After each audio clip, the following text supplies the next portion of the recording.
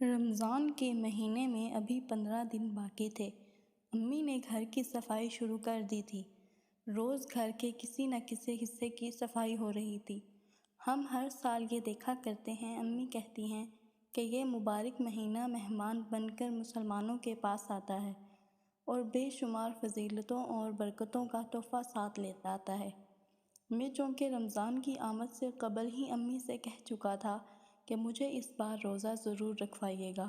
پہلے تو انہوں نے یہ کہہ کر مجھے ٹالنا چاہا کہ ابھی تمہاری عمر کم ہے، ذرا اور بڑے ہو جاؤ، مگر میرا اصرار دیکھ کر انہوں نے حامی بھر لی۔ رمضان کا چاند نظر آیا تو سب گھر والوں کی خوشی دیکھنے کے قابل تھی۔ خوش تو میں بھی بہت تھا کہ رمضان کی بہاریں دیکھنے کو مل رہی ہیں۔ سب گھر والوں نے ایک دوسرے کو رمضان کے مہینے کی مبارک دی۔ امی نے پیار بھری نظروں سے مجھے دیکھا اور کہا، جب چھٹا روزہ ہوگا تو تم اپنا پہلا روزہ رکھ لینا، اس روز ہم تمہاری روزہ کشائی کریں گے۔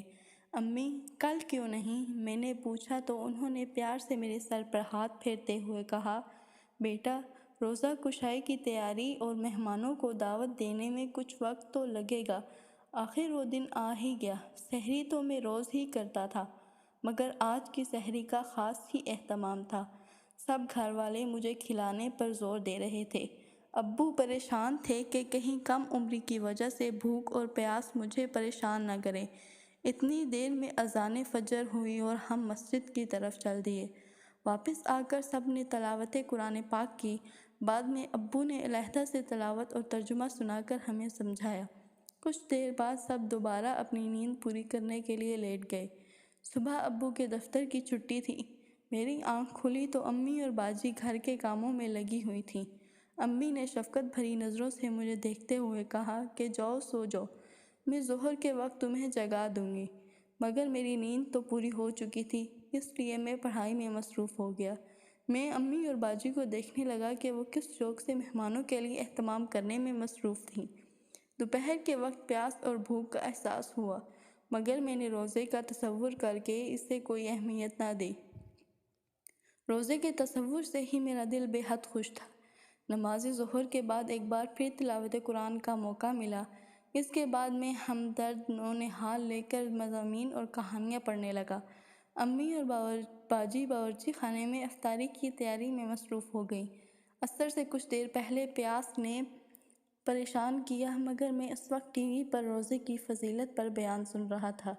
عصر کے بعد بھوک اور پیاس کی شدت میں اضافہ ہوا۔ اس وقت امی باورچی خانے میں کام سے فارغ ہو چکی تھیں۔ انہوں نے مجھے بستر پر لٹا کر میرا سر اپنی گود میں رکھا اور میرے سر پر ہاتھ پھیرنے لگیں۔ روزہ افطار کا وقت قریب آ رہا تھا۔ میرا دل خوش تھا۔ پہلا روزہ مکمل ہونے والا تھا۔